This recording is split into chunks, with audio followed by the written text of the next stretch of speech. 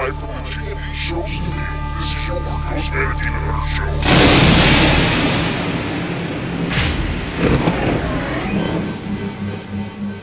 Does that sound exciting to you?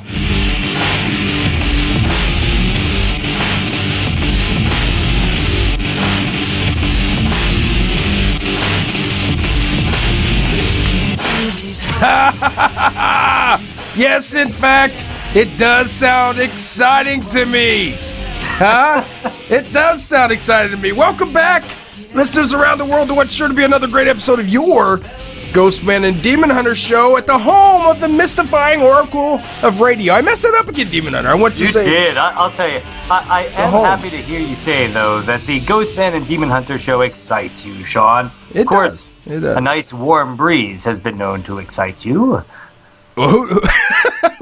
Yes, it does, actually. I like the beach and warm breezes. You've taken it to a dirty place. A dirty place right off the bat. Why did I take it to a dirty place? I don't know. I just pointed out that Sean Burris likes warm breezes. Warm breezes, man. Anyway, guys, listen back.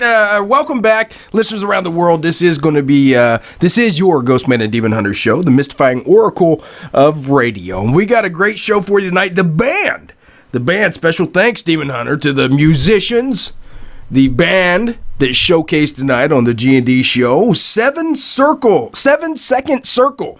You can find out more about them at 7secondcircle.com. That's easy enough, isn't it, Demon Hunter? 7 Second Circle. It's another thing that excites Sean Burris. Say it 8 times in a row. 7 Second Circle, 7 Second Circle, 7 Second Circle. Just say it. They were good, man. I like that. They were good. Special thanks to our big buddy Jim Snell for hooking that. Big Jim, thank you, sir. We've been open with the submissions for the band now. Since we've been back on the air, Demon Hunter. And we've had some huge shows. And we have received a few submissions out there, too. Yeah, we have. Some of them, Sean and I don't always agree on. So some of them don't come on the air. We agreed on these, yeah. But we do appreciate anybody sending us music, because we do. The fact of the matter is, Sean and I are not musicians. Well, no, Sean plays a few instruments, none of them well. We are. And, I play no instruments, all of them badly. Yes. So we appreciate when people of talent send us their music so we can play it on the air. And if there's any radio show hosts with talent and you want to send in your stuff, zing! Because Sean is always looking for a replacement. Magic 8 Ball. The G&D Magic 8 Ball. I made that part of the G&D lore right there. The sad thing, folks, is Sean got rid of the Magic 8 Ball a while ago. That sound you hear is actually... Never mind. Hey, so anyway, guys, in true GhostMan and Demon Hunter show fashion, we got to the studio moments before we went on the air. I'm sorry, about a half hour, and I realized that I had nothing set up for you, because you guys know that we like to have the live show on YouTube, and yes, absolutely, Demon Hunter, that's for us. For never having anything set up on time, because we never do, you know. And so anyway, we got in here and got everything set up, and I'm proud of myself. I did it in like 45 minutes. We like to do the YouTube show for you guys.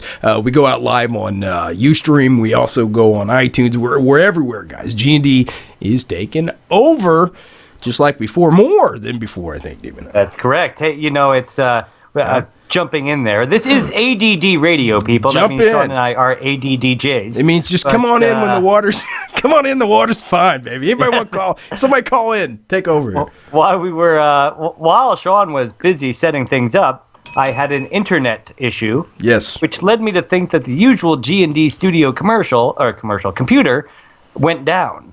Oh, no. So I had to...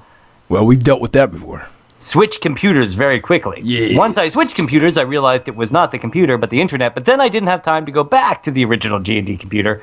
So we are really swimming in muddy waters right now, Sean. I don't know how this is going to work, but right now it's okay, and right now is all that matters. So what you're saying is, if you, if I don't hear from you all of a sudden, your computers went down.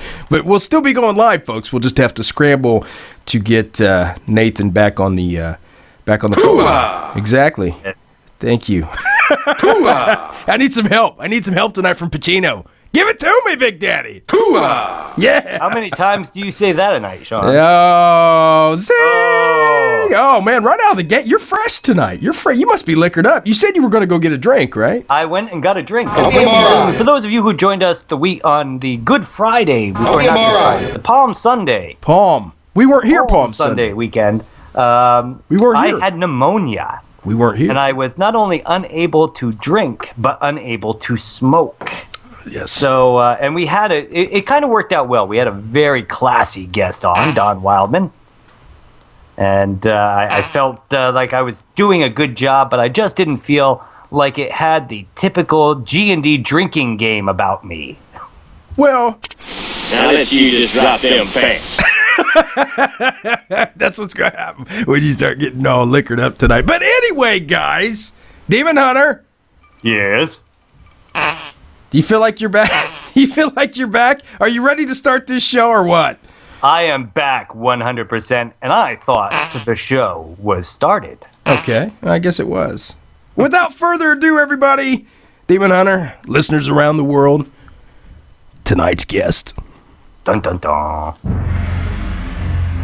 Tonight's guest, Patrick Devaney, director, American film actor, and star of one of the stars of the upcoming sci-fi production, soon to be hit Hemorrhage. You see it up there, Hemorrhage. If I said that wrong, he's going to kill me.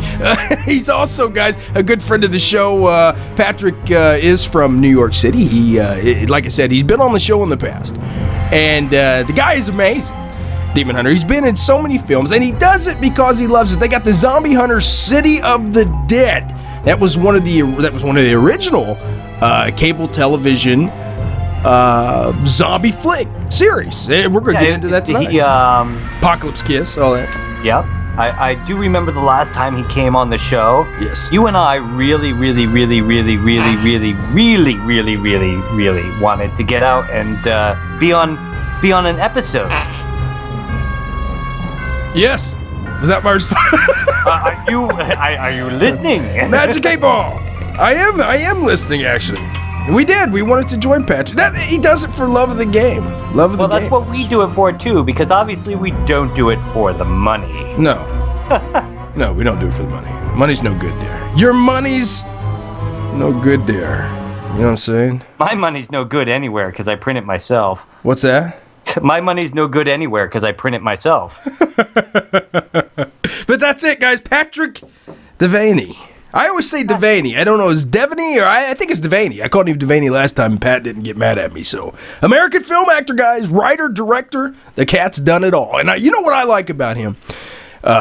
Demon Hunter. We have had him on before because he's a big shot in the independent film industry type gigs, and we have had so many guests on over the years. And Patrick is one of the memorable interviews we did. If you remember that, everybody joined in. Remember, we had this open zombie discussion about how you would survive. Remember? I mean, that was just a drunken night, a drunken haze. I'm surprised Patrick came back on because I think we got so far off top. I don't even think we talked about any of the movies. You know what? I think we really goofed up tonight, Sean, because we could have gone back, taken clips out of our last show with Patrick, and done the first half of the show tonight without having to say a word. We could have just kept playing clips back and forth to each other of the funniest things that happened that night on the show. Yeah. Well, we should have done that. We should. So what's going on with you, man? What you already talked about coming in. Oh, I wanted to add. Here goes ADD again. Apparently this month, guys, is National Autism Month, autism awareness, and of course our heart goes out for that, guys. It's a great cause. If there's something going on in your community, make sure you get involved somehow. It's a real deal, and we need to help cure it, right? If there's a cure or help better it somehow, right, Demon Hunter? Yeah, definitely a good cause. Yeah, definitely. Maybe risque. And Ethan just started getting the hate mail. Yes, risque. No, but it is a good cause, guys. Go out there. A lot of you guys are running marathons and everything. There was a bunch of other stuff I wanted to give a shout out to Demon Hunter this week too, and of course I wasn't prepared. So Yeah, but 7 Second Circle, I wanted to give a special thanks out for them, guys. You popped in there at the last minute. You sent some great stuff, and they're a great band. We're playing a little bit more of theirs in the middle of our production. And ADD here coming back in, very Sean. Sexy. This is the fun. For those of you who are new to I'm the excited. GhostMan Demon Hunter show, Very excited. this is part of the fun. Sean and I each have probably 101 topics that we want to talk about. Yes. We'll each get to talk about None of them. about 5 of them during the night. About half of them will actually complete the thought. You think But so? most of the time will be spent jumping back and forth with each of us trying to get our ideas in and thoughts in and what happened to us this week. Right. And so, just hang on for the ride, folks. It's a bit bumpy, but it's fun. Yeah. But It's kind of like... I was going to say something. I didn't want to start now. It's kind of bumpy, but it's fun. You can go there with it, guys. Go ahead. You have my permission. Do what you want there. Some people know I am a amateur birder. I like to go out. Yeah, that's right. Hunt down, birds and take pictures. That's it's fun for me. It gets me out of the house and I don't hurt anybody. But Hey, Nate, listen. Not funny, funny where? So here I am. I'm going out today, and for like the last. I'm sorry. It just struck me funny. Oh, man. Whew. Okay, go. You For the last yours, 2 weeks baby or brother. so, I've been out birding, trying to get a picture of a pileated woodpecker. Come on, Sean, I threw pecker in there. You've got to make some kind of joke. Not funny, funny where? There you go. I was out for the last 2 weeks. Have not been able to get a picture of this bird anywhere. And come on, Sean, it's just building up. And I got out of the shower tonight, and I just hear this rapping outside. And I go running to the window, and there's the pileated woodpecker. And of course, my camera is downstairs. Oh. So I had to run all the way downstairs, get the camera, run back upstairs. Unfortunately, I got the picture. I realize this is not an amazing story, nor is it paranormal, but it's how I spent my day today, Sean. So I just figured I'd throw it in there. Have you seen my Lena? Yes, I like it. have a microscope. I like it, man. I think... of hooters you got there. Oh, you got out of the shower and you were watching birds, man. You just, have you... You just you made my whole night. Thank you. You was in you got out of the shower. You heard a banging noise. It was the imaginary woodpecker. Pileated. Thank you. God bless you. God bless you. It's the giant woodpecker, like the Woody Woodpecker kind of thing with the bright red head and everything. Oh, is it? Is that native to Connecticut? Did you? It's all over the United States, but okay. As Sean will tell you, I live in like the middle of the woods. Right. So I mean, if you find my Facebook page, you'll see I actually dedicate one of my photo albums just to the birds that I take pictures of in my backyard. Right. So, but it's a birds. huge woodpecker. And I had a male and a female in my backyard tonight, so I couldn't get a picture of the female. She was crafty. Those females are always crafty. Sneaky, stealth-like. Yes. Untrustworthy, if you will. I mean, wait a second. I like birds. Hey, I watched a show last night. And, of course, we got this new AT&T Uverse at the house. We went ahead and upgraded. I wanted to get some higher internet speeds, whatever. Great deal going on.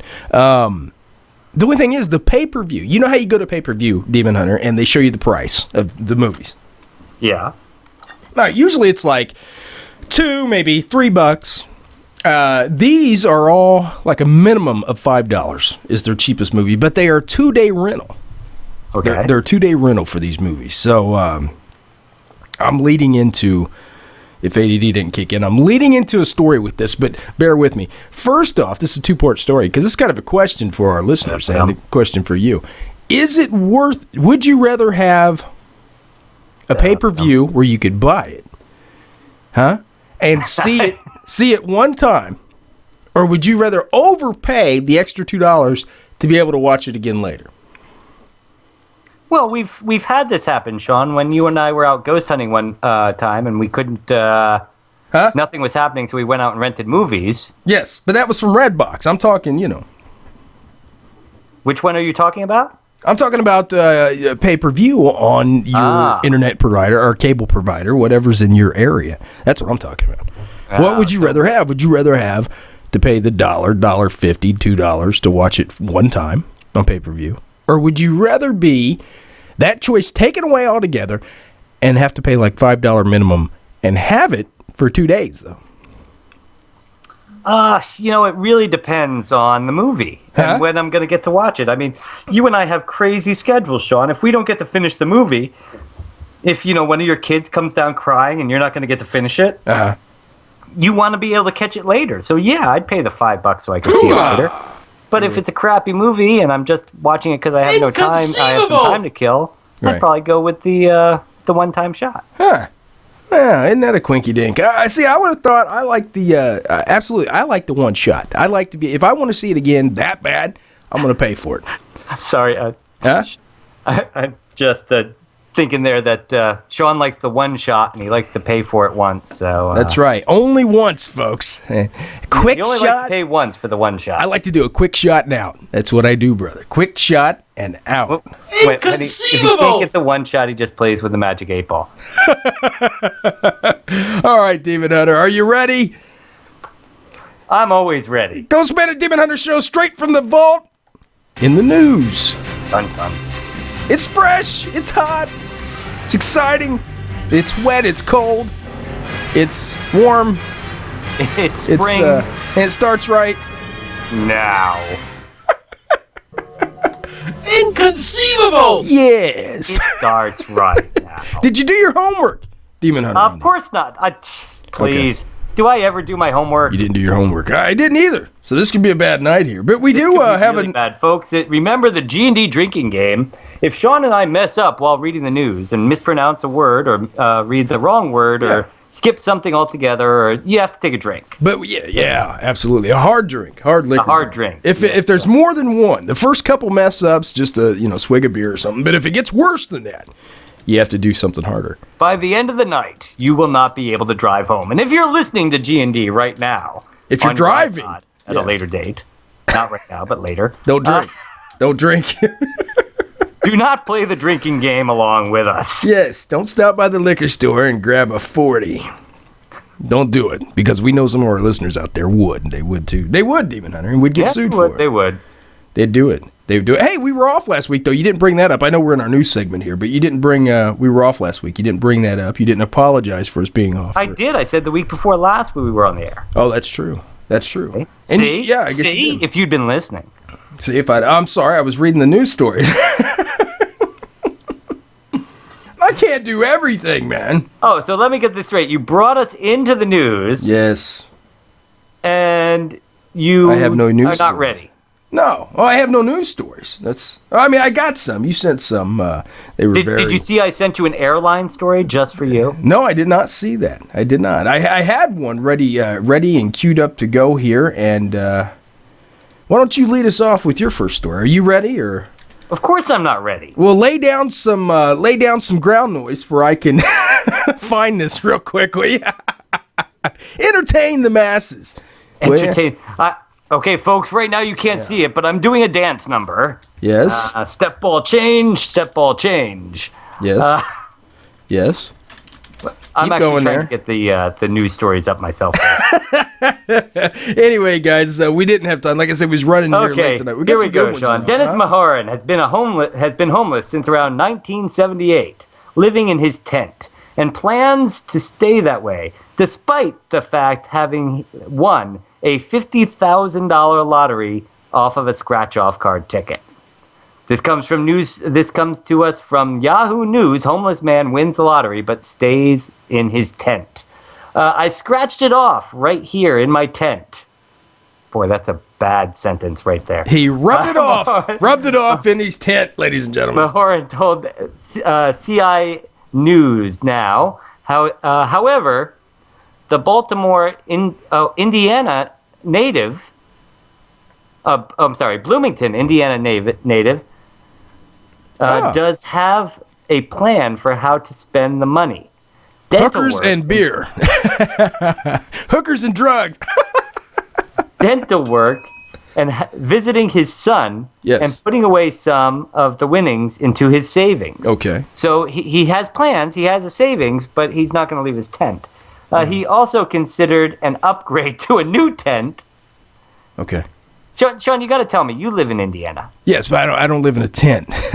But I do. Bloomington, Indiana. How would winters be in Bloomington, Indiana, in a tent? Well, Bob, they'd be extremely cold in beautiful Bloomington, Indiana, because we are here in the north kind of area, and it does get cold. We get a lot of the effects from Chicago and stuff like that, so it does get really cold. But I mean, we have the hats off to our homeless individuals, because they do extremely well around here. I mean, they're very hardy. They're very crafty. After taxes, he'll take home about $35,000. Wow. A jackpot total that is relatively small, but would not normally make a international headline. But it's Maharan's plan to give away some of his cash To the G&D show. that has rose the most attention. Yeah. With all other homeless people around here, I've made up my mind, he said. Yeah. I'm gonna give each of them $100. Yeah. Maharan said, Sean, maybe you should go down and make like you're homeless, because you could use $100. I could do it. You know, I was going to add, though, Demon Hunter. I was going to add, if you will, if you allow me 1 second here. I was going to add that Bloomington, Indiana, is the home of Indiana University, Big IU. Okay. And, it's more of a... Is that your alma mater? That is not. No. My my parents, the GhostMan budget had no room. Daddy GhostMan had no room to send me to IU. That's for sure. No budget. Was not in the budget. But no, the whole thing there on campus, very beautiful part of town. You wouldn't think people would be living in too many tents around there, because they try to keep it pretty clean there, if you know what I mean. Like they wouldn't play our show there. You know what I'm saying? They would not allow. Well, Maharan says that he has 8 fellow homeless men in mind that he plans to give $100 to. Dirty Mike and the boys. Dirty Mike and the boys. Jokingly says he is leaving open the possibility of donating more when all of his new friends he is likely to make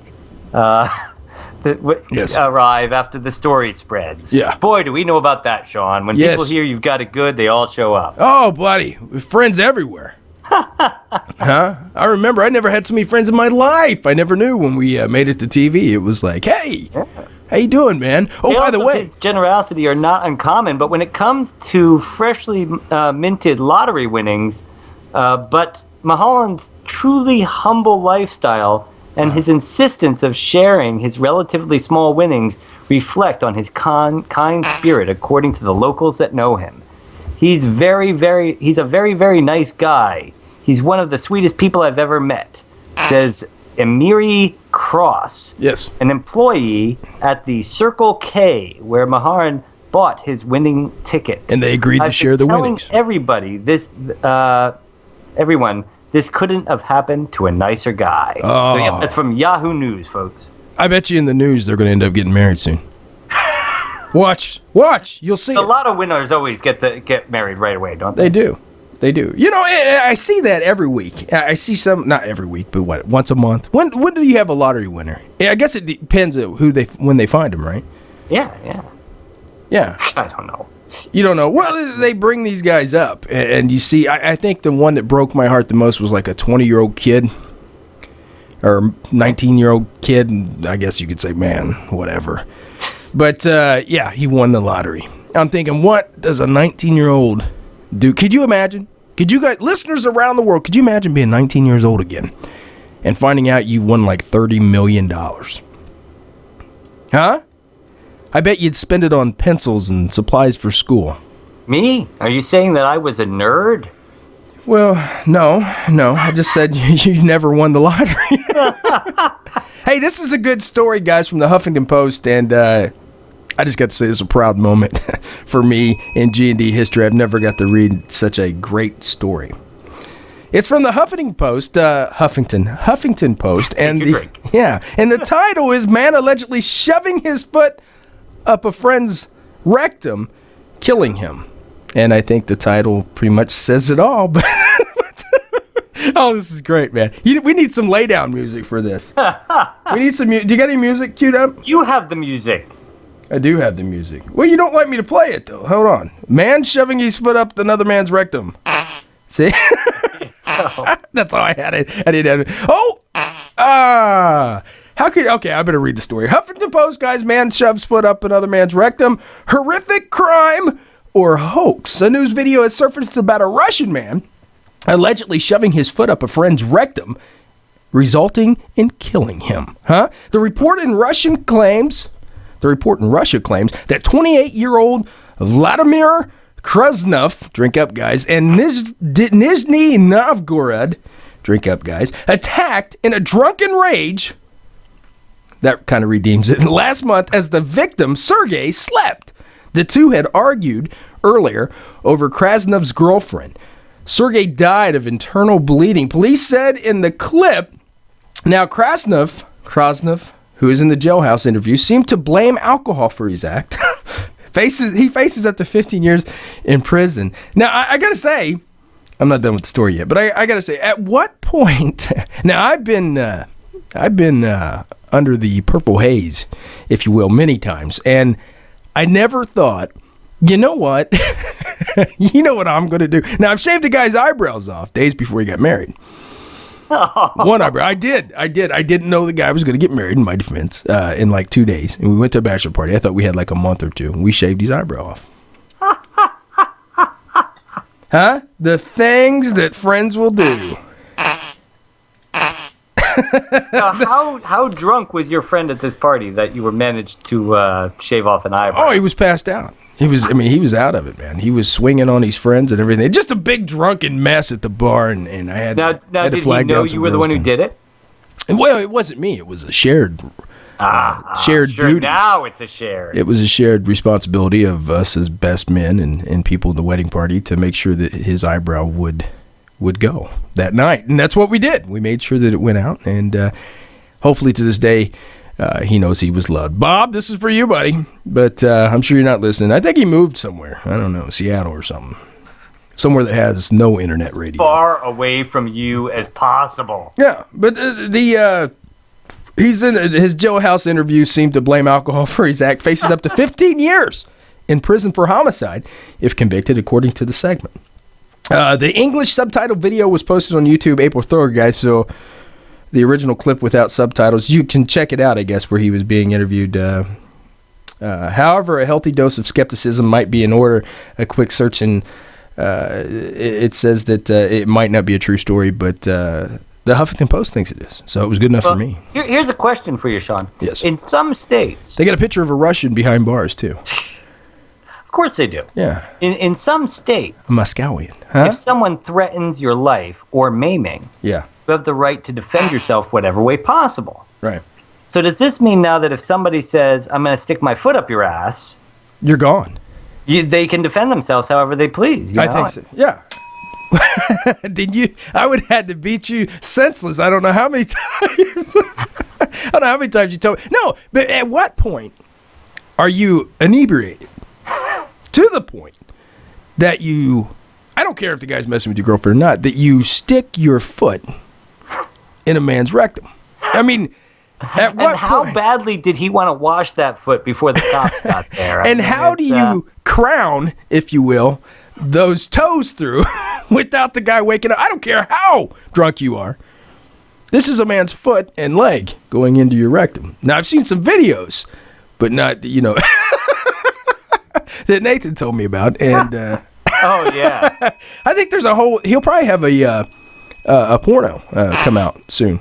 Well, Who was that one guy? I'm Elena calling Bobbitt? He had a... I'm calling it Practicing with the Magic 8 Ball.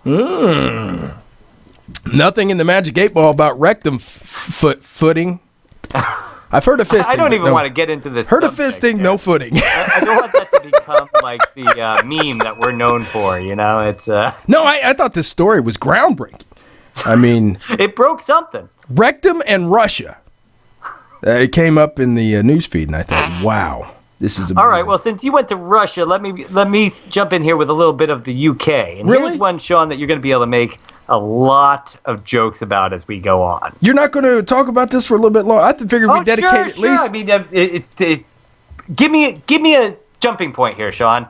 Let's talk more about rectums and Russia. Please, I think we've I'd played like it. to know where's my next jumping point on this one? You've ruined it at this point. Let's just sit in awe for a moment in honor of this man who allegedly shoved his foot up a man's rectum. Allegedly. It's Russia. It's the news he's already guilty. So how did they find this out? Was it in the coroner's report that doctor, what do you think was the Did cause he of have death? a shoe on at the time? Yeah. Did the shoe get lost in the rectum? I don't know. Doctor, And that's how what's they managed it. They were like, it was like a Cinderella story. They went around saying, if we can find the other shoe, yeah. then we know who did this. And how did you get the time of death on that? Huh? Feedback. I don't know. The cause of death was bled to death from rectum at midnight. Yeah. Huh? What a way to go. It's how Sean wants to go. No.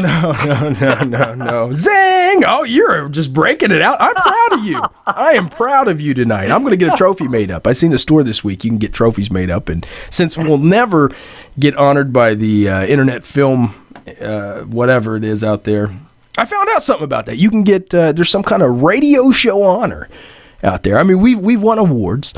We have. We set up at the top with some of the other two alleged big shows out there, and but we never got anything. We didn't get a plaque. No, we don't even have anything cool to hang on our wall. Yeah, listeners around the world, why don't you? It's up to you. I've got a color copy of my paycheck from when we did TV. Yes, it was 15 cents, wasn't it? Yes, 15 cents an hour, ladies and gentlemen. And the tax was 25 cents. When you consider we worked for 6 months to get that together, it came to about 15 cents an hour. Oh, I've got to change my calendar over. I just realized my calendar is still on March. ADD radio. ADD. Change that up. Pet the cat. Ooh, a bird. Look, a rock. Well, no, I've got the zombie. Let's see, what's the actual title of the calendar here? Chrissy got me this calendar for my birthday. Men Gone Wild. The zombie pinup calendar for 2013. Oh, I like that. It's got some hot-looking girls made up to be zombies. And, it's got different months. Shows you different ways you can kill somebody with rectum play. That's. She got it on eBay. It came from Sean Burris, GhostMan at eBay.com. Rectum play. I don't think Patrick. I hope Patrick's not listening. I'm sure he is. He probably won't come out. He'll be unavailable. He'll be like, guys, I had an emergency come up. I couldn't make it to the show. We got to ask him about that. I wonder if Sci-Fi has because this is a story that's going to give you a lot of fun stuff to jump in there and make some comments about. Well, hold on. We got 20 minutes. I wonder if he'll make comment. I wonder if Sci-Fi has gag order on him before he can talk about rectum play. Is there a gag order on Patrick? Oh, man, if only I knew how you could go about getting a gag order put in place. I think of all the things I could do to you, Sean. Take it away, baby brother. The next story. The next story. Here we go. From Britain.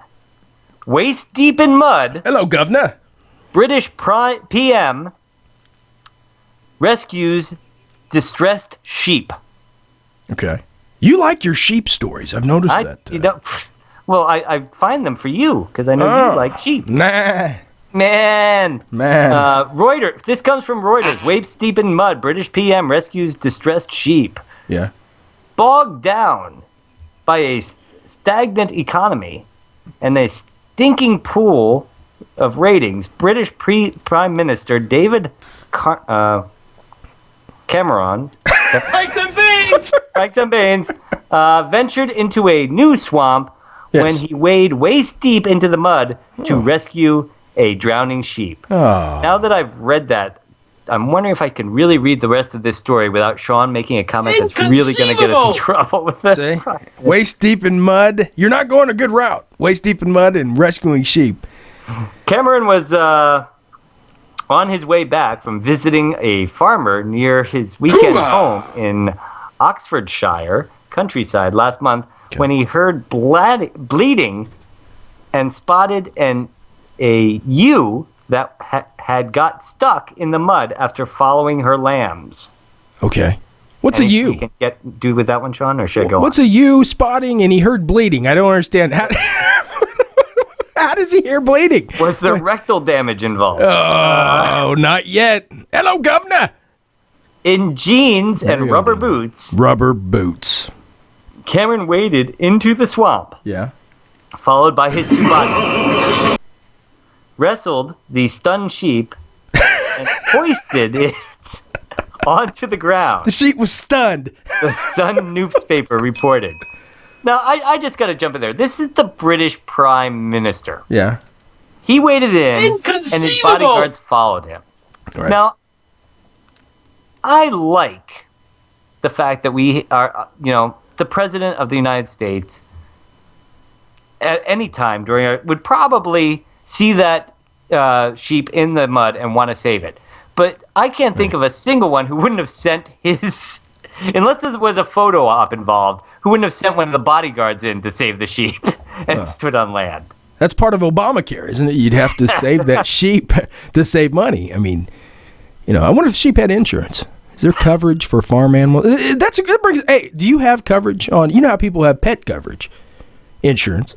No, I do not have pet coverage on my cat. No, but you can. You can have insurance for your animals. Yeah.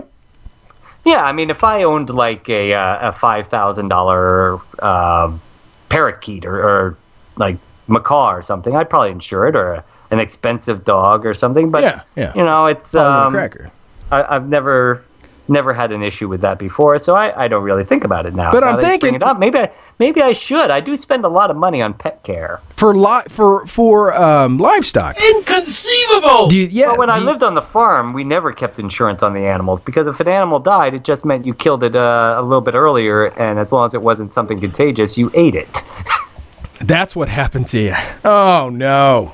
Oh no. So you guys ate dead carcass animals that would die. Well, not if they were contagious. Come on. When I got there, David was in the swamp, waist deep in the mud, along with two police who had all gone in there to help drag the sheep out. Farmer Julian Tostin told the Daily Telegraph. He was brilliant, pulling, pushing, shoving. He was covered in mud and looked a mess. Daddy. Oh, that's terrible. The ewe watched. The ewe, which terrible. has since been nicknamed Swampy, It's nasty. has fully recovered from the ordeal, Yes. which unfolded over the evening of March 1st. Tostinen said, the lambs sadly drowned. Wait a second. You got the whole Prime Ministry or the British Council or whatever. You got them all. Please. They're all stuck in mud and they can't save a sheep. The lambs drowned. Well, maybe they were drowned before the police got there. Who knows? I suspect foul play. There's a conspiracy going on here. I think there is, guys. The story of the lost sheep messy rescue could not have passed for an April Fool's joke. Could have passed for an April Fool's joke. But the Downing Street spokeswoman confirmed that it actually took place. Was she there? She probably had photos of the incident. She had photos of the sheep. 27 glossy photos with the circles and arrows and descriptions on the back of each one that told what was going on. Since the British Prime Minister listens to this show, I just want to say kudos to you, sir. Because I know. Kudos. Yes. Kudos, Governor. I just want to say I think he tried his best to save the sheep. It's a valiant effort. Where's PETA in all this? Does PETA go overseas or is it just American? Oh, I'm sure PETA's all over. But Twitter users mocked what was labeled Cameron's U-turn. Cut me off. I did. I want to get the story done. Oh. Describing the unusual show of compassion from the Prime Minister as imposing harsh welfare cuts and talking tough on immigration. Okay. I don't know what his having put harsh welfare cuts and imposing I was going to say, did the illegal aliens do something to the sheep and put them in mud, or? I guess the people are saying that it was unusual for him to be kind when he's known for being so tough. Okay. Are you sure it was not an overway? Are you sure it was not the other way around? The overway around? I don't know what that means. Okay. The you saved Cameron from the swamp? That's a Britishism. Yeah, I guess so. Governor. Wrote somebody on Twitter. I'm not even gonna give that Twitter person props for that. I don't think, because I think that that Britishism got lost on me. So that's my news there, Sean. That's a G&D word. That's my word. You have permission to use that, Demon Hunter. I will not sue. Britishism. I just created that right now. It's history. Yeah. History, I tell you. Impressante. Yes. Easy, college boy. Listen, like you said, I don't know how... there's a lot of material there. My head's kind of spinning right now. I don't know what to say. Okay? Should we congratulate the British Prime Ministry? Were they all cabinet members? Do you say cabinet or do you say ministry members? What do you say? I think they're cabinet members. You can call them cabinet members. What the heck? Who are we? We're the G&D show. People will know what we mean. Well, we all know the British Prime Ministry calls us for advice. You're welcome, England. You're welcome. Well, only when they need your magic 8-ball. That's true. And it's like the Swami of 8-balls, everybody. Next story. It's going to be hard to top, Demon Hunter. Next story. Hoo-ah! Huh? Samoan Airline Dun, dun, dun. says pay by weight plan, fairest way to fly. I guess unless you're 10 billion pounds, right? I was going to say, that it sounds fair to me, Sean, but that means your and my flights will cost a lot different there. That's true. This comes out of Rut. Yeah, you'll be a lot more. This comes out of... Oh, it says the man who's bringing Husky back. This comes out of Rutgers, a Samoan airline that says it is the world's first carrier to charge passengers by their weight rather than per seat, defends the plan as the fairest way to fly. In some cases, actually ending up cheaper than conventional tickets, Demon Hunter. Huh? Samoa Air, which opened in 2012, asked passengers to declare their personal... I'm still thinking of sheep in the British Prime Ministry. Declare their personal weight during booking, which is then charged per kilogram, 2.2 pounds, at a rate dependent on flight length. The customers will also be weighed at the check-in counter. The industry has the concept that all people throughout the world are the same size. Samoa Air CEO Chris Langton told Rutgers, airplanes always... Reuters. Yeah, Reuters, whatever. Kick them. Airplanes always run on weight. I guess there's no doubt in my mind that this is the concept of the future, he says. This is the fairest way of you traveling with your family or yourself, unless you're a family of husky people. What happened to little fat Joey? I mean, what's this going to do to him? He grew up to be the GhostMan. Let's save that till afterwards. I'll have you know, the GhostMan is very athletic form. If anybody doesn't believe me, look up Sean the GhostMan Burris on Facebook, and you'll see how athletic I am. I'm working out right now, actually, while I do this interview. Make fun of my weight. Make fun. Okay, let's see here. You made me lose my place. There's no doubt in my mind that this is the concept of the future, the guy says. Though the airline instituted the plan last November, it caught attention last week when the carrier began international flights to neighboring American Samoa. And coincided with the publication of the report by a Norwegian economist suggesting that the airlines should charge obese passengers more. Huh? Now, this takes me back to the day. What are they going to do? They're going to start an obese and skinny people drinking fountain next? Bathrooms? See? We got to be careful here, Demon Hunter. This is how segregation starts back. It rears its ugly head. No, maybe, just maybe, this will get people to exercise a bit more. You think so? Hoo-ah! So that they'll be able to, I don't know, get the less expensive seats. This is coming from a man that I've traveled with while we were out filming across the land, who gripes about having to go to a certain room way across the airport to smoke a cigarette. Well, that's not an issue anymore now, is it? Now that I can't smoke. Okay, so now it's not an issue. Oh, now I see. So if you're a big, chubby, fat body, Okay, you can't. I was going to say something else. You cannot get charged a regular fare. So the next guy next to you could be paying what $30 to fly a plane. Let's be You fair pay about this 130. too. Uh-huh. I may be a thinner guy, but you've seen me pack, and I'm sure I'd have to pay by the weight for my luggage as well. Who says you're thinner than me? All right, let's do it right here, man. Right here, right now. How much do you weigh? I'm getting on the scale right now. You don't have a scale in the office. Of course, I have a scale in the office. You don't. My wife You probably uses do. this. You're probably in your bathroom right now. You're probably in your bath. Are you in the bathroom right now doing the show? Is that the new studio? Of course. Anyway, I'm sitting on the porcelain bench. Are you kidding? I don't. That would be the proper place to do this show. It would be, wouldn't it? yeah. I think we've done that before. I think we have. I don't understand this. I'm not reading it anymore. I am just so disgusted. You're beyond By the Samoan Sean, I think airline. your disgust comes from your feelings of being attacked. Inadequacy. Huh?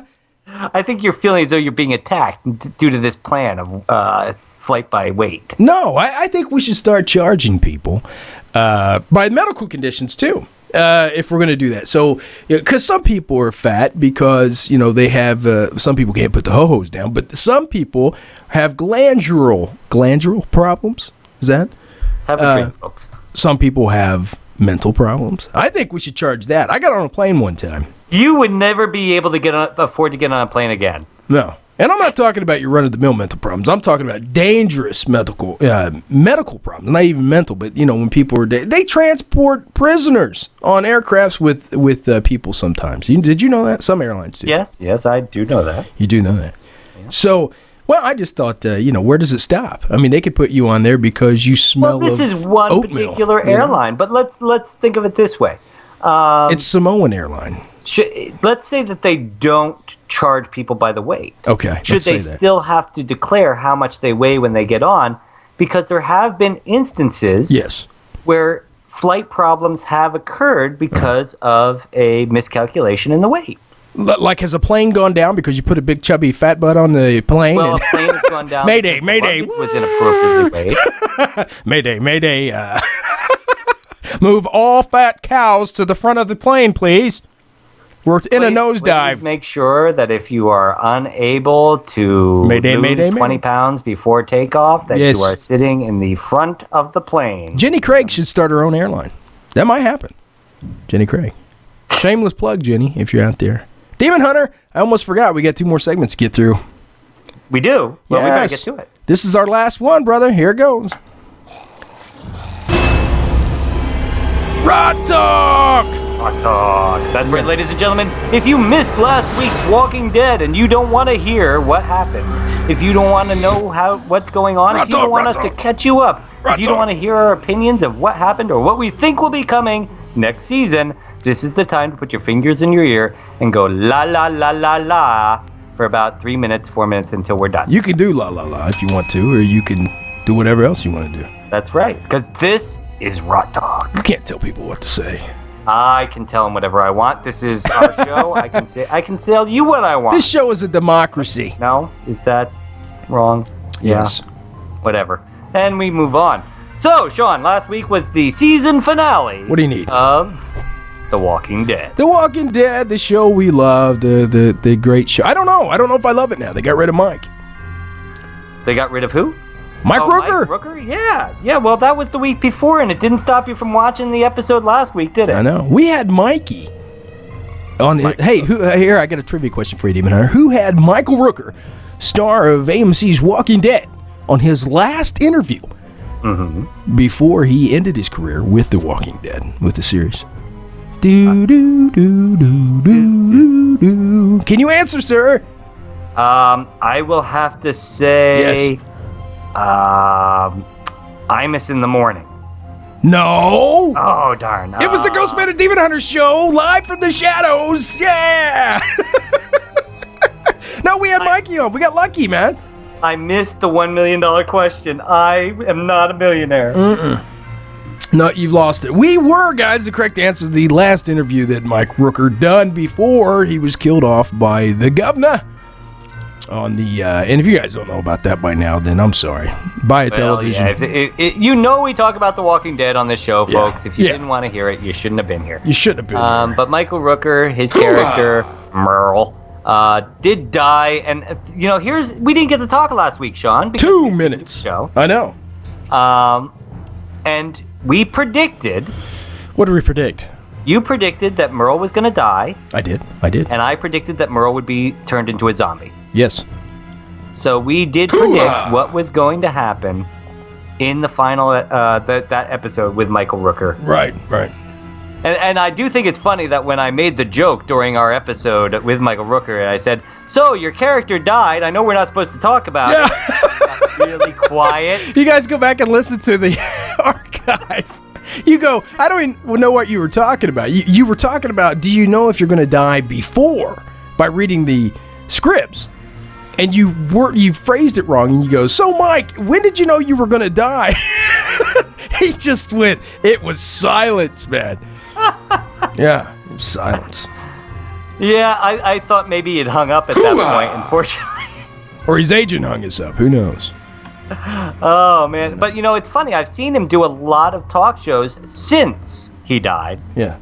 No mention of the GhostMan and Demon Hunter show. No mention of the GhostMan and Demon Hunter. Of course not. But I got to say, we had the most fun with Mike out of all those shows I've seen. But, I knew we had it in good with Mike that when he got on the show and he said he'd been out doing karate in the backyard, and you and I started talking to him about working out. And all of a sudden he was like, oh, okay, this is going to be a cool show. Yeah. But yeah, it was good. It was getting good show. back to The Walking Dead. We always do good shows. So, Merle's dead. Another death. Another death. Daryl killed him. Last episode, we only got 1 minute. But another death occurred during last week's episode. Andrea died. Couple deaths, yeah. Andrea died. And the governor killed off half the town. I am going to miss Andrea in the towel with the side boob shots. I am going to miss that. Hopefully, what I want to know is how Andrea managed to survive the zombie apocalypse. If you remember, there was the scene where she had to try and pick up a pair of pliers with her feet. Yeah. Oh man. Oh. What I want to know is how she managed to survive the zombie apocalypse and keep a perfect pedicure. Apocalypse. She had a perfect pedicure. She did. Not a nail was off there. And so tell me, Nate, real quick, what do you think's going to happen? We got it's about 6 months before the return of AMC's The Walking Dead, and what do you think's going to happen, or what's going to happen? Well, we've got about 6 months coming back. We've obviously got some issues going on. Yes. Father and son issues here that yes. dealt with. Carl has lost his fruits and berries. But it kind of makes you wonder, who was a bigger influence on Carl? Yes. His father? Or Shane? Or Shane? Shane.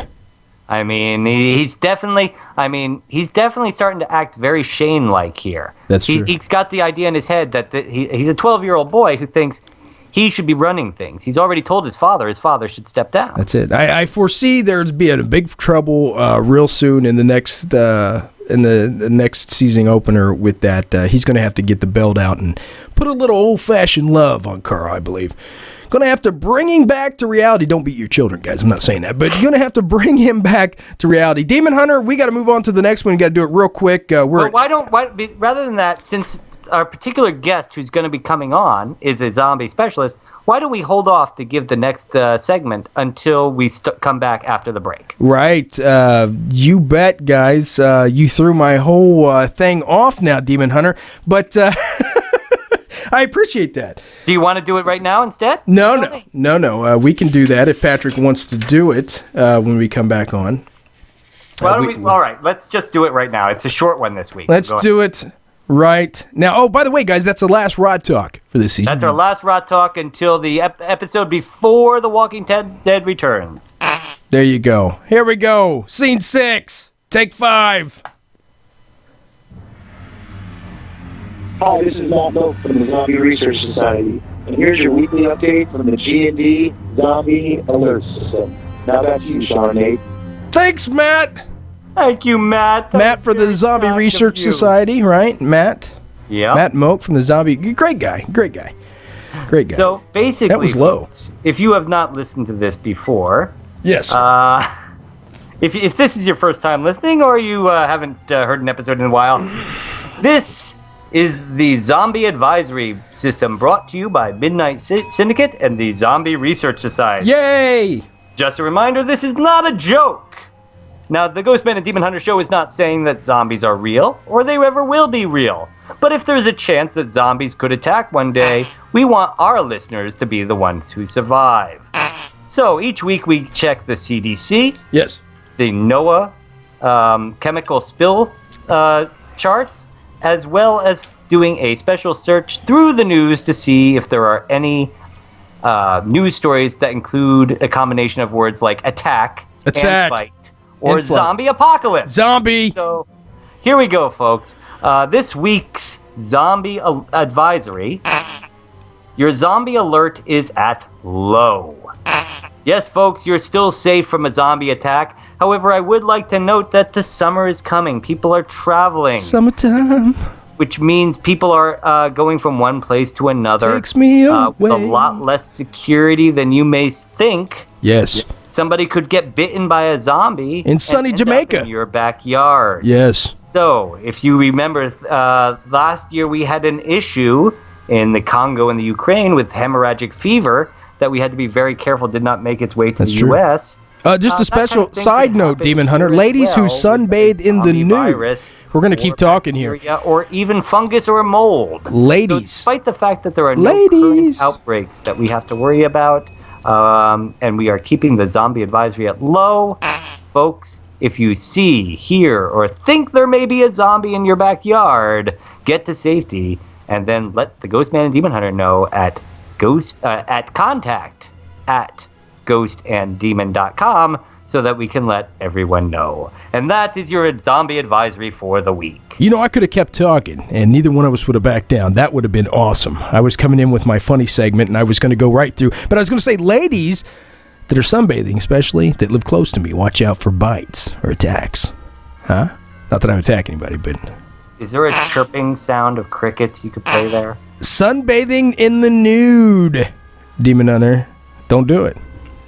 Oh, hey, you were Don't. pushing me to finish up, man. Let's go to the Oh, musical break. Who we got for music? We're this 4 minutes past. Huh? week? Who's our music this week? Don't worry about it. It's Fine, do that way. it's No, 7 don't be second that way. circle, Okay, guys. fine. We are going to take a break. We're going to get Patrick Devaney, director, American film actor, and writer, and star, one of the stars of the upcoming sci-fi Hemorrhage, guys. He's also got Apocalypse Kiss out there. This guy's worked on so many projects out there. Zombie Hunter, City of the Dead. Can't wait to get him back on. We're going to take a break. Up next, your band, 7 Second Circle. 7secondcircle.com. Here we go, Demon Hunter.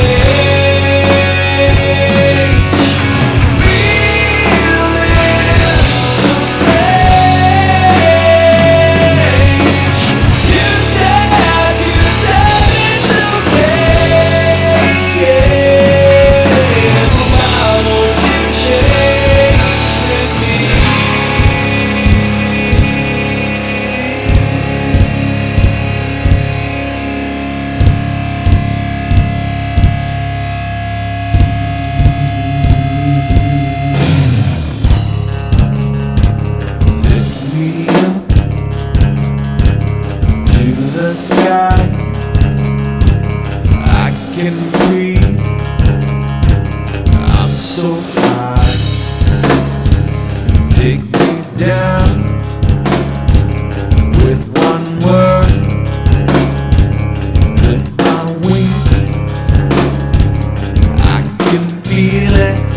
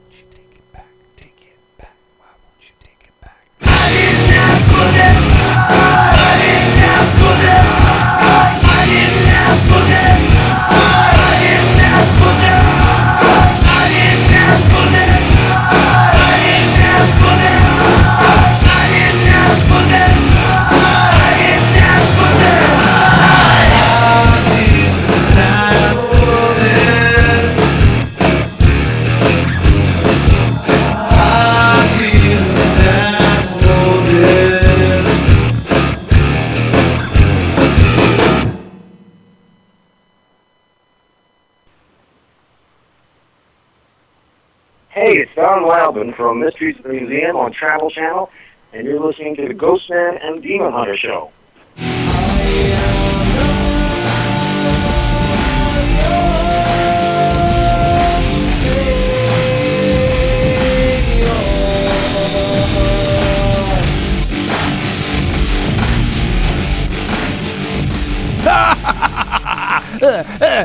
Hey everybody, what's going on? Welcome back to the G&D Show Studios, listeners around the world, for what's sure to be another great episode of your GhostMan and Demon Hunter Show. Huh? And Sean, right off the bat, I want to throw an apology to you. Apology to me? Yes. Not for anything I said tonight, because you had all that coming. Yeah. But, because normally when Sean and I are getting ready to take a break, he shoots me a message making sure that everything's ready to come back on the air. Yeah. And I was having such a great time talking to our guest tonight, I forgot to check the messages. Well, I mean, dude, this is G&D Show. No apology needed. If you like professionalism, folks, you don't want to be a part of the show. Yes. Anyway, Demon Hunter, I'm very excited. Oh, before we start, I wanted to give a shout out to my Kentucky cousin. Don't make any jokes, Rev, Nathan. Listen, my Kentucky cousin Sandy Johnson came in last night. She came in. I haven't seen her in probably 5 years, man. She came through Indianapolis, beautiful Indianapolis, Indiana, and hung out. Is that the Sandy Johnson that's in our chat room right now? It is, Demon Hunter, so say hello. Hello, Sandy Johnson. Hello, Sandy Johnson. And without further ado, tonight's guest, because I'm ready to pop, guys. Ready, Demon Hunter? Sure. I'm going to play the music and Sean, everything. Pop for me. I'm going to play everything for Rev. He's our friend. Here we go. Yes, tonight's guest, Patrick Devaney, director, American film actor, writer, and one of the stars of the upcoming sci-fi production, soon to be a hit, guys, Hemorrhage. We're also going to be talking about Apocalypse Kiss. Everybody, welcome to the studios, Patrick Devaney. What's up, Rev? Hey, what's going on, boys? How you been out there? You're doing great. Sean and I had this discussion at the beginning of the show. Are we saying your last name right, Patrick? Yes. Yeah, it's Devaney, but everybody fucks it up, so it's okay. Yes, Devaney. I knew I got it right. I told him at the beginning, I said, I get my butt kicked. The Rev. Where you been, Rev? You haven't come by studio. It's been, 3 years ago since you were on? Oh, the 2.5, 3 years? Yeah, I haven't talked to you guys in a real long time. I miss you boys. See? Because you love us. You miss us so much you haven't got us a role in one of your pictures. I appreciate it, brother. Huh? It's true. I can't be that close to you guys and, keep my cool. See? He can't keep his cool. He'd be drunk in 15 minutes. We had that effect on Elvira, too. That's why we don't get invited to any more of her parties. Yes. It's true. It gets ugly with her. Yeah, it really does. Yes. And for nude pictures on Elvira, go to my Facebook page at... Huh? You guys were thinking it. Don't start with me. You guys were thinking it. Anyway... Rev, we got so much to talk about tonight. I wanted to ask you questions, Ralph. What do you think? We was reading the news stories tonight. Were you listening to the show? Just say you were, right? Oh, yeah, sure. Well, actually, I was looking at the people in the chat room. Oh, yeah. You was in there. Did you get... Oh, yeah. Were you watching it? Were you watching or listening to it? I was looking at them. Okay. We're putting on a live show with pictures and everything right now and smoke and mirrors, and you can watch it later. It'll be up on my Facebook. You'll see it. Anyway, I wanted to ask you, before we get into your career... and your awesomeness, sir. I read a story about a man from Russia that his friend was. Huh? We're back to this. Yes. His friend was messing around with his girlfriend, so his friend got drunk and passed down on the couch, and apparently the girlfriend's boyfriend killed the man by inserting his foot in the man's rectum. Now, yes, you're a director. You're into some pretty gory stuff.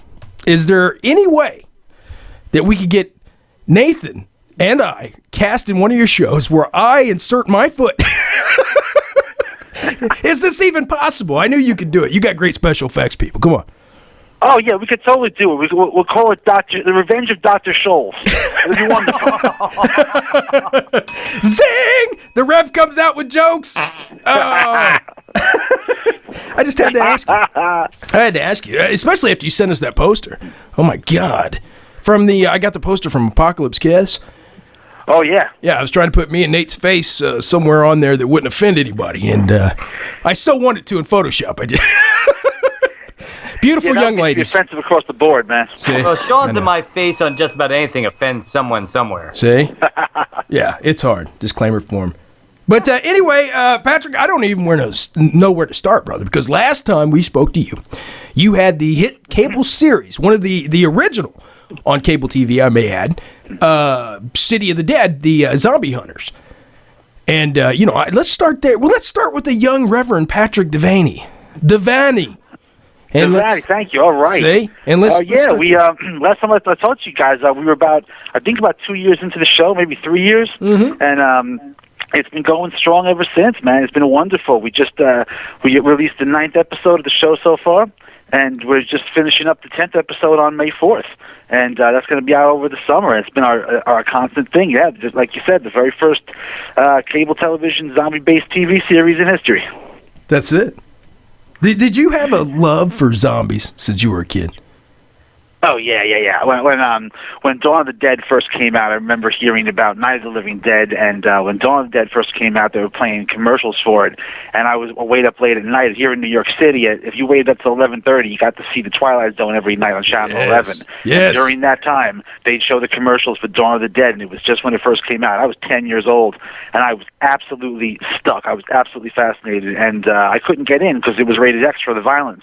And I had to wait 4 years to sneak into the movie theater when they re-released it in the 19 yeah. and what was that when I last was 13 part? years old, I finally caught that thing and changed my life. Absolutely. Wow, big Romero fan. Oh yeah. Huge thrill meeting him and just telling him what we're up to and hearing about his new stuff. And Uncle George, man, he's the man. If you ever have a chance to meet him, or if you probably have by now, but he's the best. Yeah, I've ran into him and some horror icon classics at some of the horror conventions that are out there right now. So you've been busy too, riding the circuit, I see. Oh, yeah, we've been doing as many conventions as we possibly can. This year we've been sticking most of the East Coast, doing our stints at Chiller, at Monster Mania, and the brand new Macabre Fair. That's New York's premier one now. It's a brand new convention, been going on about a year and a half, and it's been growing exponentially. It's been fantastic. It's called the Macabre Fair. Ooh, that's something we should check out, Sean. It is. We can't get booked anywhere, Rev. We used to, when we were on A&E, we got booked everywhere. But now nobody returns emails. I don't understand. Now you can't even get arrested, huh? Yeah, that's it. I told a cop. Sean gets arrested plenty. Yeah, I ran down the street naked, threatening to shove my foot up people's rectums, and the cops just laughed. So that's what I do. Thanks for that, Red. That was a sympathy laugh. Nobody else. It's just like crickets and shit, and the Rev starts laughing. I appreciate it. That's why he's our friend, guys. He laughs. Hey, someone's got to be there for you, man. Now, Rev, you are making zombie films in the middle of New York. Yes. New York. Do you? Yeah, I'm from the East Coast. Do we want to make something of it? Yeah. I'm with you, man. You're making zombie films in the middle of New York. How often do people just kind of like walk into the middle of your set and all of a sudden you realize that, or they realize that there's zombies walking around? We try to keep it as close as possible just because we don't want people getting freaked out, but we had a great experience. We were filming in a place called Public Storage. It's a huge facility, and we were filming one scene where Christopher Murphy is my co-star, and I come out with assault weapons because we don't know what the hell is out there. At the same time, we thought we had an entire section of it closed off to us, but no one told one person who was bringing their lamps in, and they came up out of the elevator on the other elevator as soon as we opened up, so they were coming in, moving their lamps and a couch, and we pulled out with Uzis, and that got a little hairy for a moment. We quickly explained what we were doing, but that got really ugly really fast. See? They already had dialed 911. Yeah, they had the 9 and the 1. They were waiting on the other one. Yeah. That's it. It's funny because I had just been checking out a news story the other day about a zombie that had found a missing cat in Central Park. And I thought the first thing I did was check: is this one of Patrick's people? Well, we have very helpful and very talented zombies, but I think that if our guys saw a cat, they'd probably eat it. They were like, "I thought it was for the picture. I didn't know it was a real cat." Yeah, exactly. What, this isn't a special effect? What's going on? And Ozzy didn't know it was a real bat. Sure. It wasn't a real Apparently, bat. no. That's the story he's going on now. So It wasn't. It was a gummy bat filled with blood, was it? Exactly. See? Filled with warm human blood. You guys are sick, man. Sick. But you got so much going on, man. I don't see. And the thing that's so dear to my heart, and I may add, I'm a huge fan of the Zombie Hunters. The productions. I'm a big fan of the Apocalypse Kiss. I haven't even seen yet because you guys just wrapped on that. But that's Chris Grillo's new film. Christian Grillo, who directed Deer Crossing last year. Right. I don't know if you guys got a chance to see that, but if you haven't, definitely check that out. And yeah, Apocalypse Kiss. Yeah, I can't say too much about the plot. Sure. But it happens about 50, 60 years from now. And there's all kinds of crazy stuff going on. If you're a fan of things like Hardware and Blade Runner and those types of movies, and you put in a little bit of Psycho Killer in there, and you got Apocalypse Kiss, and it's going to be a really big thing. What those guys at Potent Media are doing right now, what they're doing with independent film, it's like people see this and they're like, how the hell is this not? This is an independent film. Right. No one believes that it is, but it's a 100% complete indie, and every time they come out with a film, it just surpasses the last one. They do some fantastic stuff. Yeah, great directing. Now, are you directing on that? No, we're just actors in that. Chris has called us up. He also co-stars Camilla Hayslett, who you guys probably know as Roxy Tyler from the Carnival of Horrors. Sure, yeah. And she's one of our new zombie hunters, so she's on our show. And then in return, we got a couple of spots on Apocalypse Kiss. We play the sector guards in a place called Trader Alley. And Trader Alley is kind of like the Mad Max Beyond Thunderdome, meeting place where people buy and sell things in the future. And we're the only ones allowed to carry guns. We're the ones that keep the peace and recruit others into our fold. So that's a pretty fun role. And the sets have been amazing, and everything's just been cool on that flick. But they just got rid of it. Yeah, they finished it. The problem with that idea is if only one group of people get to carry guns, eventually they run everything. And we certainly do. Yeah, we're the Blackwater of the future. It's wonderful. Horn Industries. That's it. Did you say porn industries or horn? Oh, it could be porn industries later on, but right now it's horn. Hey, keep striving for the top, Big Rams. Keep striving. I might beat you there on the porn. No, the whole thing about your guys' series is that with Zombie Hunter City of the Dead, I haven't seen the other two productions yet, but with Zombie Hunter, you guys are very apocalyptic, right? For the most part. I mean, we're trying to show the world in decline and what we think would really happen. But our guys have been at it for a little while, so now that the rest of the world is trying to catch up and figure out how to survive, we've already been doing it for 3 months. So we're already, we're ghosts at this point. Now we're going to probably go into hiding and do hit and runs when we can. Right. But we're already well prepared for this. A lot of money, a lot of drugs for a sale, a lot of gold, a lot of food, a lot of supplies, a lot of vehicles, a lot of everything. Right. Now, how did you guys, let's get back to the City of the Dead. Let's start, like I said, Zombie Hunters, because I love Zombie Hunters. Can I throw in one question, Sean, before we go to that? You can throw in two. Because it's ADD radio, I got to throw this in. Yeah. Patrick, I work with a lot of film students, and I one of the great things I get to do is throw out random questions to them.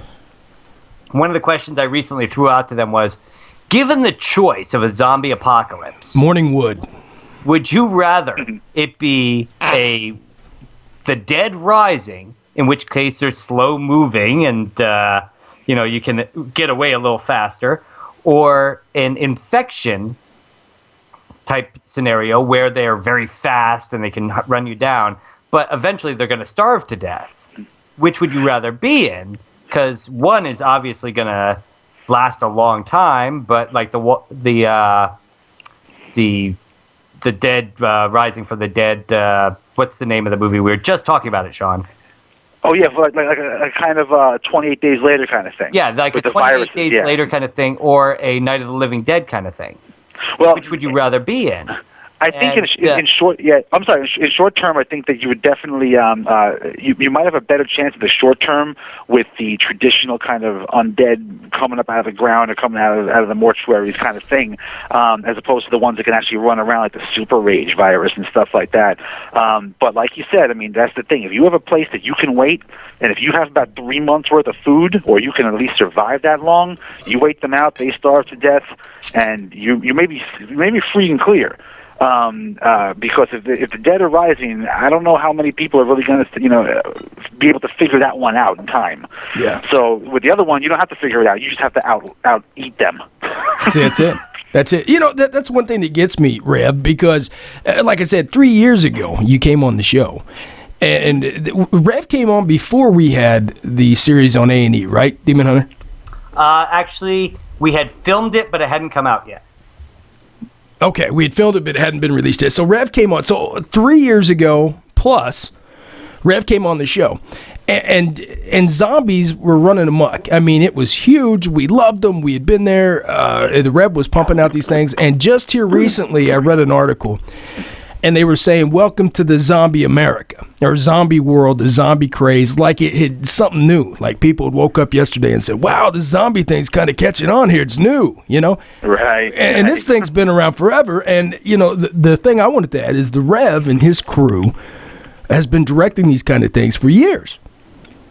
You know what I'm saying? And it's just amazing to me, Rev, and props to you, because you guys put on these shows. And I told you before, your show is less of a soap opera and more of an action-packed movie. You know what I'm saying? Something that audience wants. Well, I sure as hell hope so. That was a change really early on. We had first written it. People were actually calling it the zombie soap opera, and I went with that. And Chris Murphy, who's my producer, he said, "Listen," he goes, "we got to change this. We're not because I'm not acting any zombie soap opera. Okay, we're gonna nail this thing. We're gonna run around. We're gonna kill things. We have a great time." And I'm like, you know what? I think he may have a point, and we kind of pushed it towards that. I mean, there's of course this backstory, and of course there's things that go on that are slightly soap opera, a little dramatic. Well, yeah. But for the most part, yeah. I mean, you know, we're not called, you know, the hiding from the zombies. We're called the zombie hunters. Right. So we're actively going out. We're not sitting behind bars someplace and hiding out. So pornography. They have just enough backstory, but the action sells. You know what I mean? It's. Yeah, exactly. Yeah, you've seen Candy Goes to UPS Land, right? Or yeah, exactly. The UPS man goes to Candy. I forget. Didn't you film that? Is that on your credit? You know, I've always wondered. This is one of the things that's Candy. in the original, like, I Am Legend. Yes. Right. The zombie. In that it was vampirism, but that was the initial zombie kind of story that kind of rose up. These viruses also affected like dogs and things like that. Why don't you see zombie dogs in movies? Well, I mean, you do. The only time I've really seen it, there's two really cool examples. One, of course, in the Resident Evil movies, and even in the video game. Because when that dog jumps out in the video game, that scares the hell out of me every time. Oh yeah. And I've been seeing that dog jump out for 14 years now. But the remake of Invasion of the Body Snatchers, not exactly zombies, but there's a great scene when the pod touches a guy and his dog at the same time, but it doesn't understand how to split the DNA. So it puts the guy's head on the dog, and I'm telling you, when I saw that in the late '70s, man, that scared the piss out of me. Oh, yeah. It was that effect still holds up to this day. If you see that movie, it's fantastic. Yeah, it's sick. It's sick. But zombie dogs, I don't know. I mean, if it's a virus, it should be species specific, I guess. But yeah, we probably should be seeing some zombie dogs and cats around there. Yeah, because I mean, let's look at it like influenza. Ferrets can catch influenza. Different types of, but you also look at diseases that mutate for the animals. Usually, by the time a person gets a virus, it has mutated through an animal to become susceptible to a human. So shouldn't there have been zombie animals before there were zombie people? No. Just no. Nah, next question.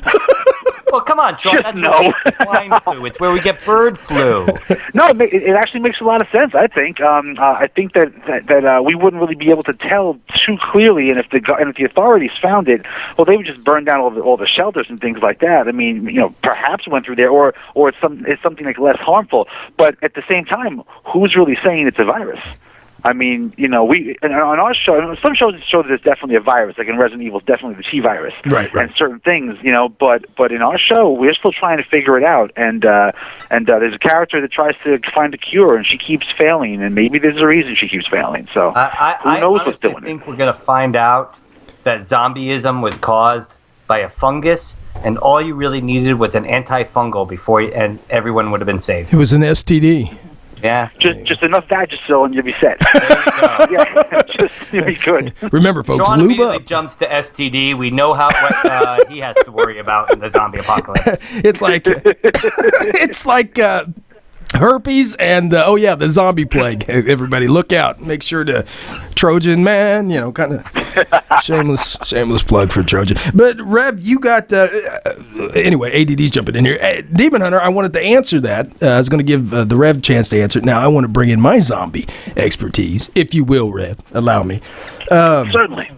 The reason that the smaller creatures in this zombie apocalypse don't get infected is because if it is transferred by like if it is viral and it's transferred by the bite or whatever, it's arguable. But if it is, when they get caught, a dog or a squirrel or whatever, they get ate. There's nothing left. Huh? Yeah, and maybe that's how it gets passed on Sean, initially. have you ever tried to grab? Come on, Rev, don't give me your Huh? I have to disagree, Sean. We'll have to agree to disagree. Yes, you would. You would disagree. But the Rev, he gave me that. What is that? A week? Come on, you guys had nothing. I'm giving in. Yeah, I don't know, man. Trying to catch a squirrel is a pretty tall order there. That's why you don't see any zombie squirrels. The ones you do see are alive. See? Thank you. Moving on to the next one. What about hemorrhage? Let's talk about it. Hemorrhage. What was that? I'm sorry, what? The new movie. Oh, yeah, I just said leverage. I'm like, I'm not on that show. No, hemorrhage. I'm looking at I don't know. That's Timothy Hutton. He's great. Yeah. I don't know anything about the movie Hemorrhage yet because I honestly haven't gotten to see any of the information regarding it. But the first thing that jumped to my mind was hemorrhagic fever. Yes. When I heard about it. And there is a part where it kind of link. There's a funny backstory to this. Right around the time, tying this full circle, right around the same time that I finally saw Dawn of the Dead and it changed my life, I was an avid reader of the original heavy metal magazine when it was first published in America, and that same year. There was an artist from France named Kaza, and he I don't know if you guys are familiar with him, but he wrote a lot of work for heavy metal, and his stuff really stood out more than any other artist in the magazine. And there was a short story called Hemorrhage, which is really it's kind of like the way a British person would say hemorrhage, and it's a 4-page story, and over the years, it's never left my head. And when I found the original copy of it, I realized that I had written an entire story in my head about this character and about the things that she does. And I went online and I found the original artist. He's living in Paris, and I spoke to him online and I said, I want to buy the rights to the story and make a short film of it. And he said, hey, I'm great with that. But when I was a young man, I had to sell half my rights to the publishing company here in France to get my stuff published. So you have to talk to them. So he not only put me in touch with the publishers, he put me in touch with the lawyers and everybody else. And this has been going on for about 3 years. And we just finally signed the contract over the summer. And we produced a short film based on his work. And he's all on board with it. His publishers are all on board with it. And it's this amazing little story. It's a woman that's living in a future time where emotions aren't illegal, but they're seriously frowned upon in everyday society. And she goes day to day living this horribly monotonous life, and we show how horribly monotonous this is. And she's just trying to find some kind of spark of happiness, some kind of emotion, and she can't find it, and she gets blocked at every chance she gets. So far, Patrick, it sounds like my day job. Well, hey, it's everyone's day job for the most part, you know. But what's great is there's a place that the people in this world can go and have their emotions extracted, so they don't have to deal with them anymore. So this kind of shows what leads her to get this ultimate choice, but it may not end right there. So she does, pretty much go ahead with this choice, but, is it really all over for her? And has she found, the Kobayashi Maru of her world? Has she figured out how to do this? And yes, I know all your listeners got that reference. So, and that's what she tries to do. And then if she succeeds or not, well, that's the film. But not to ramble on more about it, but the star of it is a wonderful actress from New York. Actually, she lives in Jersey now, named Vivian Cleary, who's done the last maybe 20 years of musical theater production. She is absolutely amazing in this role, and in one moment she will have you crying, and in the next moment she'll have you laughing, and it's just a roller coaster with her. And it's amazing because there's no dialogue in the film. It's all through gesture and emotion, and she's just fantastic, and everybody involved in the project has been top notch, and that'll be out before the fall. So that's no it. dialogue whatsoever. No. What I did was the original comic. The only thing that spoke was the computer, and the computer's kind of yelling at the person. The person never actually speaks. So I try to carry that forward into the story, and I had nobody speak. So we made the equivalent of a silent film.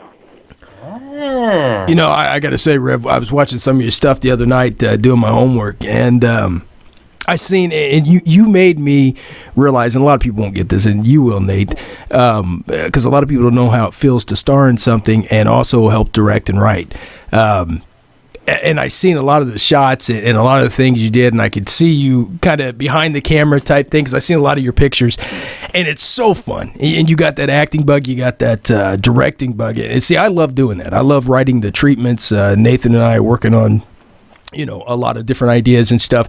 And it's so fun, isn't it, to see a plan come together? Oh, I love the smell of a plan in the morning coming together. But it's so great. Two different things that, okay, Sean.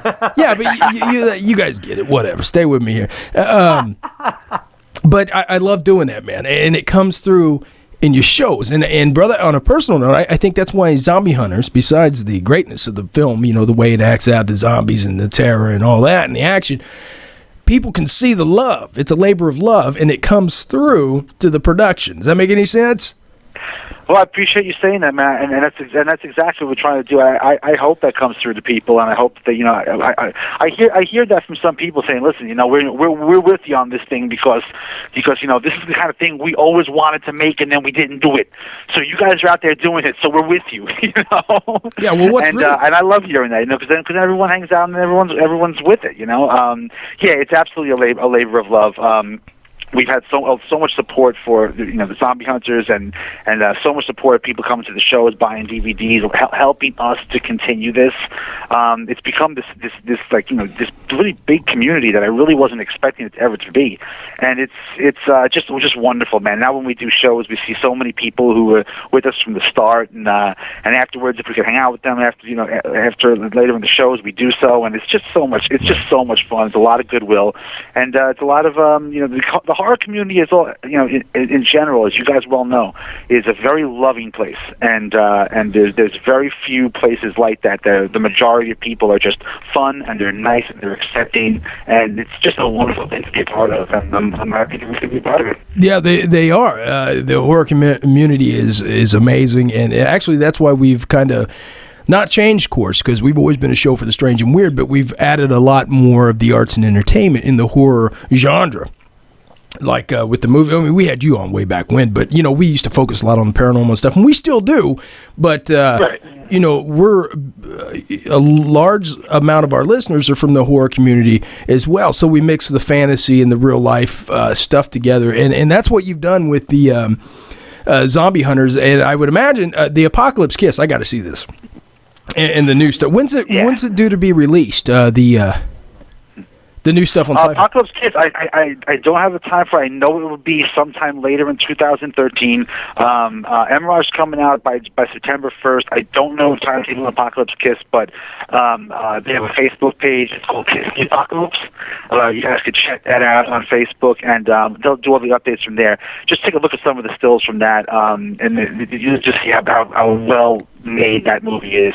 Yeah. And you'll see all of that, and hopefully they'll be doing the updates about when they're going to be closer to release. Because right now they're editing and they're in post production. The movie just wrapped about 10 days ago.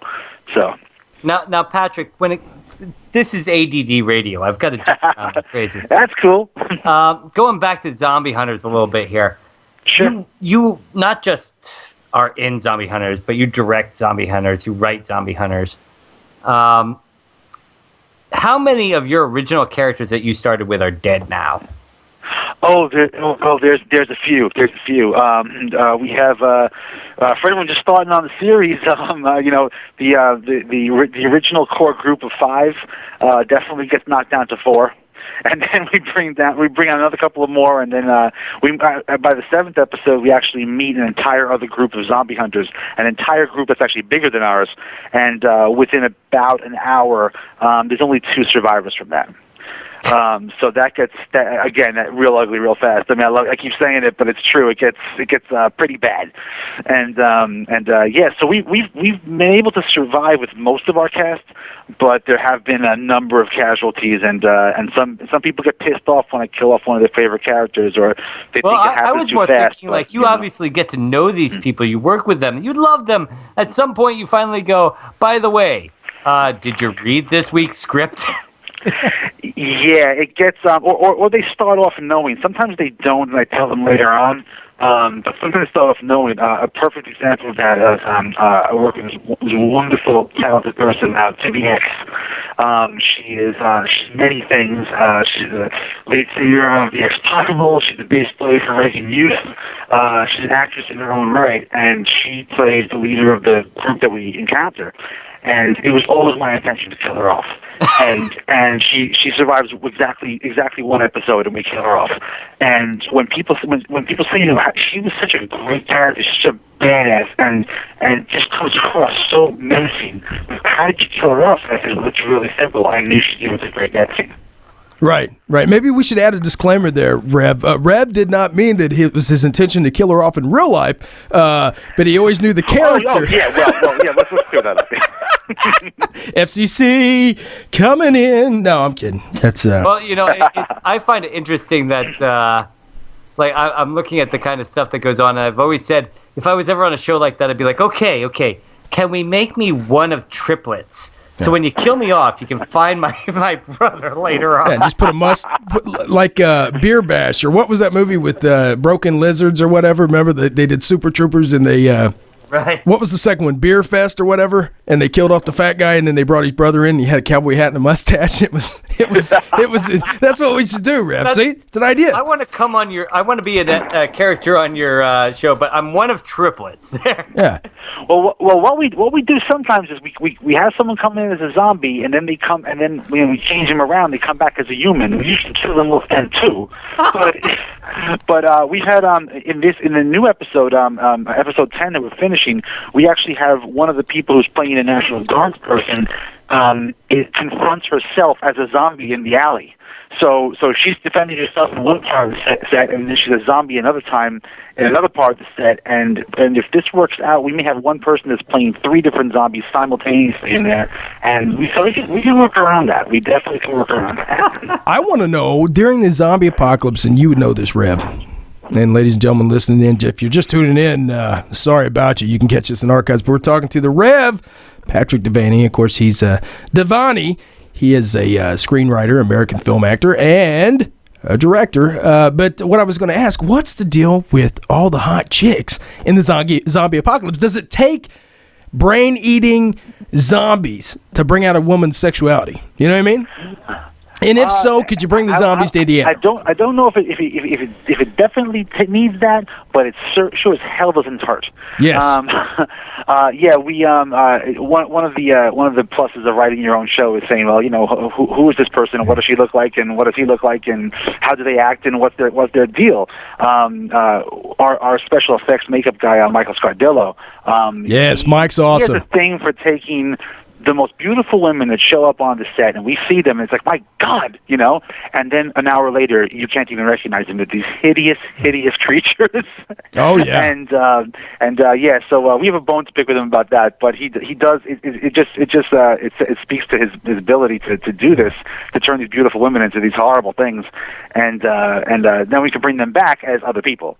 I think you have to, the hot chicks survive. Probably, for the most part, yeah. Nate, are you there? I'm here. Sorry, I got lost there for a second. Patrick, I wanted to ask this. This is ADD again, throwing in there. This Excellent. Is totally zombie irrelevant. Question. Shoot. When did geek girls start getting so hot? Oh man, I have no idea. I mean, for me personally, I have always liked that. Me too. But it used to not be cool. Now don't know if a girl's a real geek or not because she goes out and buys horn rimmed glasses because they're just cool. Yeah, I just had this conversation with someone, and it's true. The girls that go to the Comic-Con now and can't wait for Anime Fest and Comic-Con, when I was in high school, wouldn't talk to you if they knew you were into comics and anime and things like that. And it really has become this whole big thing. I'm not entirely sure, but I think a lot has to do with Marvel Comics movies taking all of their different superheroes and ultimately making the Avengers. After the Avengers, I think maybe it happened with Thor, But after the Avengers, definitely, it just exploded. And Wolverine, I mean, my wife's in love with Wolverine, and, I mean, I can't blame her. My wife's in love with Thor. I get what you're saying. Yeah, exactly. So they have these beautiful men that are in these roles, and that changes the whole dynamic, because now you can actually see your favorite actor doing his thing. It's like, okay, wow, now I can. What else is going on? Like, oh, look at this. This is Doctor Who. I mean, you look at Doctor Who in 1963, and then you look at David Tennant, and it's like, well, wait a minute. Yeah. What happened? What happened here? Yeah, exactly. He must have got back in his phone booth and went back in time. Nate's a big Doctor Who fan. I am a huge Doctor Who fan. He's got a screwdriver, Patrick.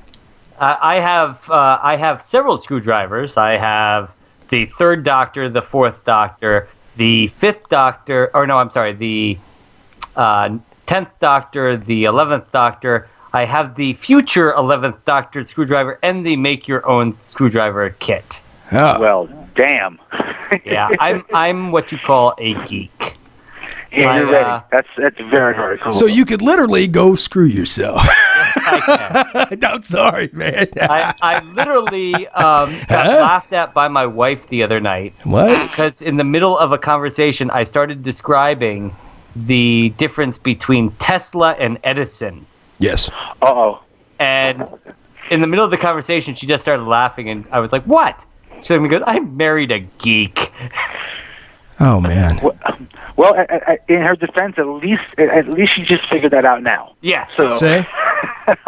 No, but you guys were talking about the nerd chicks. They are. I didn't get to chime. Yeah. Those ladies. I mean, like I always said, man, I would always take Janine Garofalo over Pam Anderson any day. Oh my God.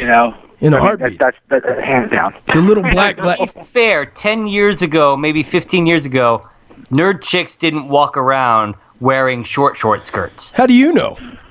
Because I was watching. Yeah, they really didn't. He's right. You had like a Norman Bates peephole in the girls' locker room, didn't you? I know I did. Didn't we all? Come on, guys. Put it I together. had more than people. Come on. You guys are crazy. You guys are nuts. You guys are nuts. So, Rev, big question before we get ready to wrap up and let you go back to Zombie Town. Last time we had you on, we spoke about the zombie apocalypse happens tomorrow. Who would survive? Nathan says that he was going to, I don't know. What were you going to do, Nathan, in case of zombie tomorrow? I have a bunker built in my basement for the zombie apocalypse. No. That wasn't. No. We'll have to pull the archives. That was not your original. He's changed this, Rev. Last time he was on, he talked about going to Yodel or some stuff up in the mountains with goats and. Oh no. Yeah. Yes. Yes. Last time you were on, that was my plan at that point, was to go up into the mountains and hide away in the mountains. You can't should a zombie change. apocalypse attack. Sean's was to bring all his supplies up to his attic and hide it. Because zombies don't have enough strength. If we're talking about Romero-type zombies, they don't have enough strength to push through the zombie in this door up in the ceiling, up in the attic. You got a little crawl space you can, which in Return of the Living Dead, that's all they had to do, Rev, was go up in the back of the embalming room, which what they did at the end anyway, and sit there and board up that little 3x3 square that lets you up in the attic, and you'd have been safe until, they dropped the bomb on the whole city and blew it up. But if you guys haven't seen Return of the Living Dead, I'm sorry. Oh, yeah. I just ruined it for you. Get a television, get a TV, and maybe a VCR, and you can get that. But that's what I'm saying. You could go up there in the attic. You got the pop shot. You got the bird's nest view because you got the roof. You could cut a hole in and get up there on top. It's a safe haven. And Nate wants to go Yodel with the sheep and stuff in the mountain. And I told him sooner or later the zombies would attack there. What would you do? What I would do has changed over the years. My recent one, I think, is a sound plan. There are a lot of banks in New York City, a lot of heavy stone banks that were built about 100 years ago, and they're about maybe a foot, 18 inches thick, with bars on the windows and alarms if somebody opens the doors. Okay. And a lot of them, now even the newer ones, you got to have a parking lot around it because you have drive-through banking and everything else, and they're flat roofs, so you have thick walls, you have alarm systems, you have bars on the windows, okay? You have surveillance systems, and you have a place you can go up on top in case you need to get some kind of, signal out to other people. Plus they have backup generators, plus they're hardwired to different kinds of communications that normal places aren't. I don't know. I'm thinking get some supplies, get some guns, head for a bank.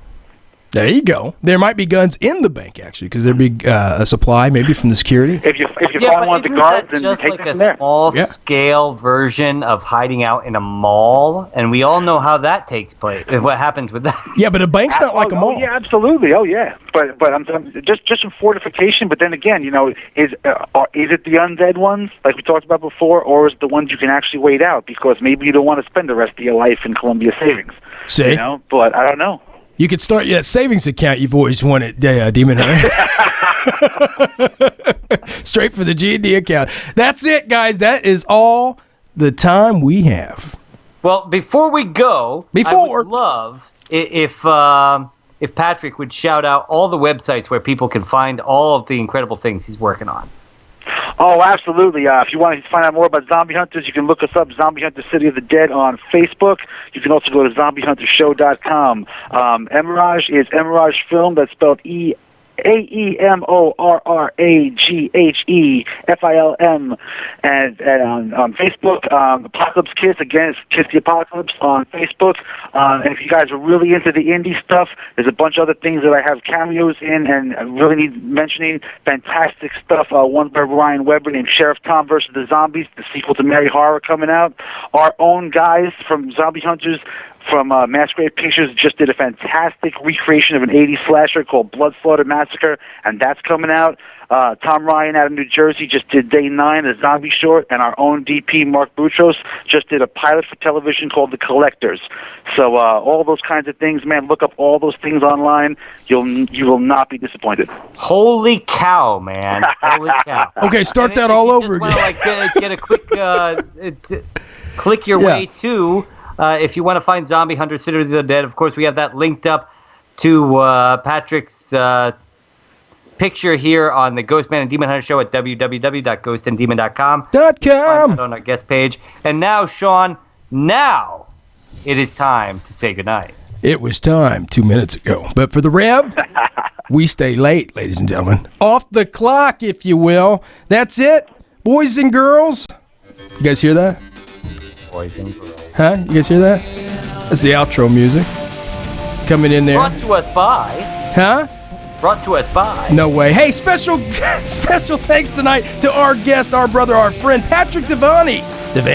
Director, I like to say Devaney. Director, American film actor, writer, guys. Be sure to check out all his stuff. The archive will be up real soon. You can check out all his websites online because I can't go over those. Anyway... This has been the GhostMan and Demon Hunter Show. Special thanks, creations by Souls Denounce, guys. That's soulsdenounce.com. Check it out for all your souls-denouncing desires, I guess. Special thanks for our music from Midnight Syndicate, guys, and our band tonight, Demon Hunter. 7 Second Circle. Thanks, guys. You can check out more of them at 7secondcircle.com. Hey, guys, this has been another G&D exclusive interview from the haunted back roads of America. Check us next week, guys, right here at ghostanddemon.com. Hey, don't go changing America. You know we won't. Demon Hunter? We love you. We love you, guys. Good night, everybody.